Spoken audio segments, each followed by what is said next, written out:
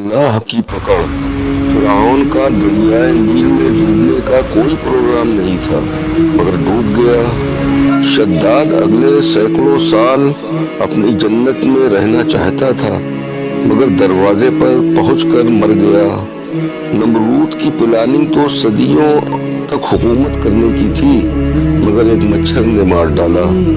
Yazid ने हजरत इमाम हुसैन रजी अल्लाह ताला अन्हु को शहीद करके अपने लिए लंबे अरसे की बादशाहत का इंतजाम किया था, मगर 3 साल बाद ही टांग पर जहरीला जख्म बनने से इबरतनाक मौत मर गया और आगे उसकी नस्ल भी मिट गई।